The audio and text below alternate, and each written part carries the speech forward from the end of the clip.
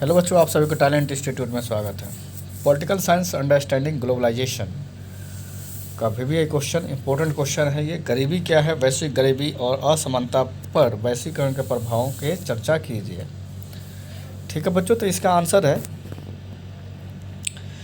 गरीबी की अंतर्राष्ट्रीय मौद्रिक परिभाषा के तहत यदि एक व्यक्ति की आय $1 प्रतिदिन से कम है तो उस व्यक्ति को गरीबी रेखा से नीचे माना जाता है। इसकी गणना करते समय प्रत्येक देश की गरीबी की सीमा को ध्यान में रखा जाता है। प्रत्येक देश में गरीबी रेखा की गणना का आधार एक वयस्क व्यक्ति को जीवित रहने के लिए आवश्यक वस्तुओं की ज़रूरत के आधार पर की जाती है और इसकी गणना डॉलर में की जाती है।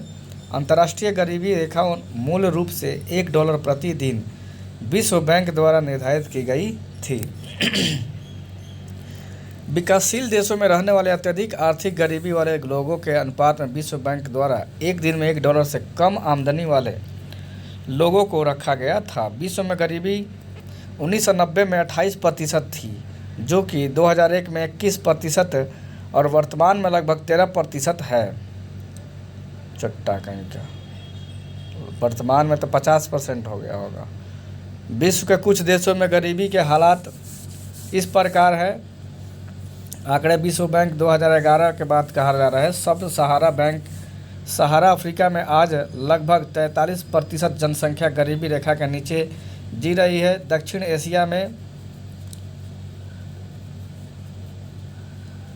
19% और यूरोप और मध्य एशिया में करीब 2% गरीब है। पैमाना $1.9 प्रतिदिन है ना भाई।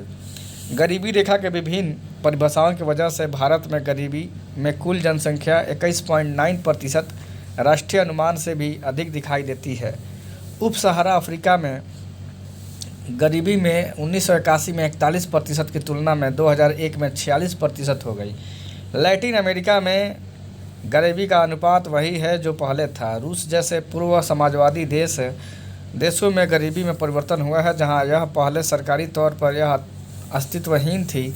संयुक्त राष्ट्र के सहस्त्राब्दी विकास लक्ष्य ने कहा है कि गरीबी के मानक को 1990 के $1 प्रतिदिन के मुकाबले 2015 तक आधा करने को कहा गया था।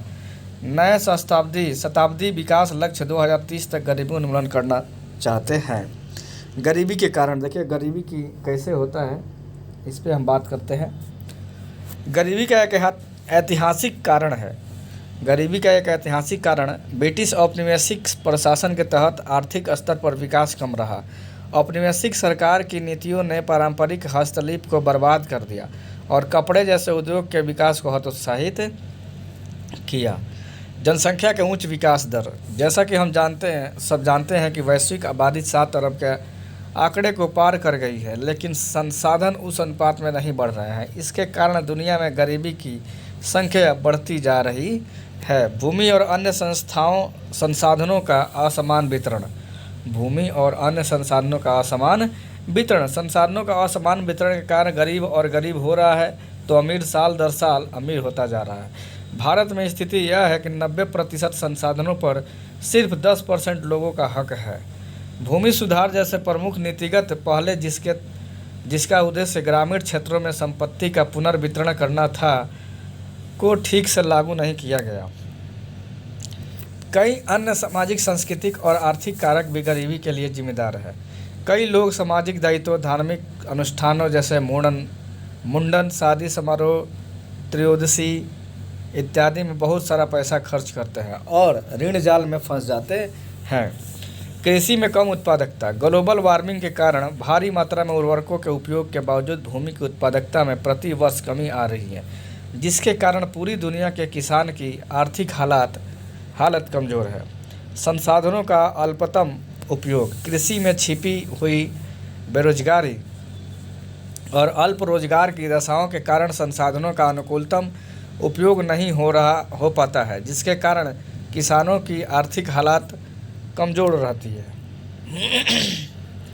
मुद्रास्फीति। सतत और तेज़ मूल्य वृद्धि से गरीबी में वृद्धि हुई है। इससे समाज में कुछ लोगों को लाभ हुआ है और निम्न आय वर्ग के व्यक्तियों के लिए अपनी आवश्यकताएं पूरा करना ठीक हो रहा है।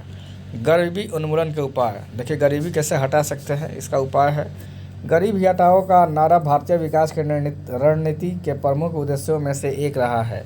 सरकार की मौजूदा गरीबी विरोधी रणनीति मोटे तौर पर आर्थिक विकास के 2 तथ्यों पर आधारित है। आर्थिक विकास को बढ़ावा देना, लक्षित गरीबी उन्मूलन कार्यक्रम।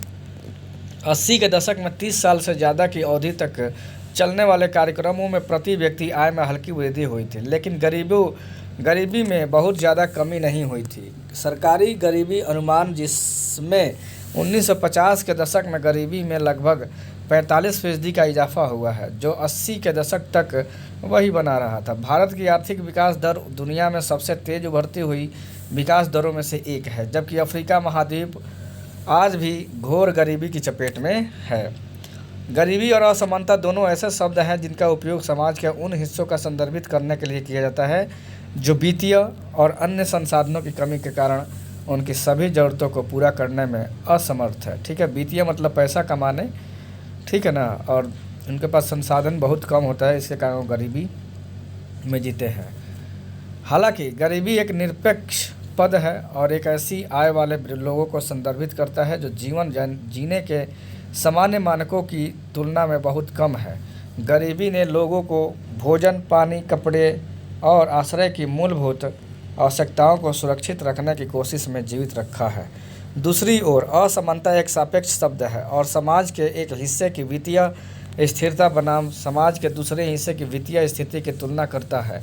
जहां एक पार्टी दूसरे से बेहतर है, दोनों के बीच एक और बड़ा अंतर यह है कि गरीबी को शायद भेद्यता के संदर्भ में मापा जाता है, जहां व्यक्ति गरीब से पीड़ित होता है क्योंकि वे अपने दायित्वों को पूरा करने में असमर्थ होते हैं, लेकिन क्योंकि वे मुश्किल से समाप्त होते हैं। उदाहरण के लिए, एक व्यक्ति जो प्रति सप्ताह $300 बनाता है के लिए $298 का खर्च होता है, उसे गरीबी में रहना कहा जाता है। यानी $300 कमा लिया, $298 खर्च कर दिया, ठीक है ना, डॉलर, तो वो गरीबी में कहलाएगा, क्योंकि कोई भी अतिरिक्त व्यय उसे कमज़ोर बना सकता है। हालांकि असमानता भेद्यता को ध्यान में नहीं रखती है और केवल समाज के विभिन्न वर्गों की वित्तीय स्थिति की तुलना करती है। गरीबी और असमानता में अंतर। गरीबी और असमानता एक दूसरे से बहुत अधिक संबंधित अवधारणाएं हैं, जिसमें वे एक ऐसी स्थिति का उल्लेख करते हैं जिसमें लोग अपनी सभी ज़रूरतों को, इच्छाओं को पूरा करने की क्षमता नहीं रखते हैं। गरीबी में एक व्यक्ति वह है जो केवल जीवित रहने की कोशिश कर रहा है। गरीबी में लोगों का जीवन में भोजन, वस्त्र और आश्रय सहित अन्य मूलभूत आवश्यकताएं भी नहीं हो सकती है।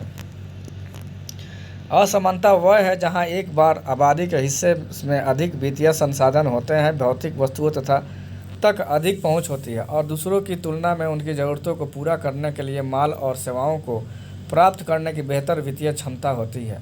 वैश्विक निर्धनता का निर्धारण विश्व बैंक की परिभाषा के अनुसार की जाती है। इसके अनुसार इसे निम्न बिंदुओं से समझा जा सकता है। वैश्विक रूप से यह अनुपात 1990 के 28% से गिरकर 2001 में 21% हो गया है। चीन में निर्धनों की संख्या 1981 के 60.6 करोड़ से घटकर 2001 में 21.2 करोड़ हो गई है। दक्षिण एशिया के देशों भारत, पाकिस्तान, श्रीलंका, नेपाल, बांग्लादेश, भूटान में निर्धनों की संख्या में गिरावट इतनी तीव्र नहीं है। निर्धनों के प्रतिशत गिरावट में के बावजूद निर्धनों की संख्या में थोड़ी कमी आई, जो 1981 में 47.5 करोड़ से घटकर 2001 में 42.8 करोड़ रह गई है। भिन्न निर्धनता रेखा परिभाषा के कारण भारत में भी निर्धनता राष्ट्रीय अनुमान से अधिक है, लेकिन अमेरिका में निर्धनता का अनुपात वही रहा है। रूस में जैसे वह समाजवादी देशों में भी निर्धनता हो गई, जहां पहले आधिकारिक रूप से कोई निर्धनता थी ही नहीं। ठीक है, तो यहाँ पे समाप्त हो गया है। ओके बच्चों, ये इम्पोर्टेंट क्वेश्चन है, अब आप लोग पढ़िए और पेपर अच्छे से दीजिए। हमारा बेस्ट विशेज आप लोगों के साथ है। ओके, चलिए फिर मिलते हैं अगले वीडियो में। थैंक यू सो मच बच्चों।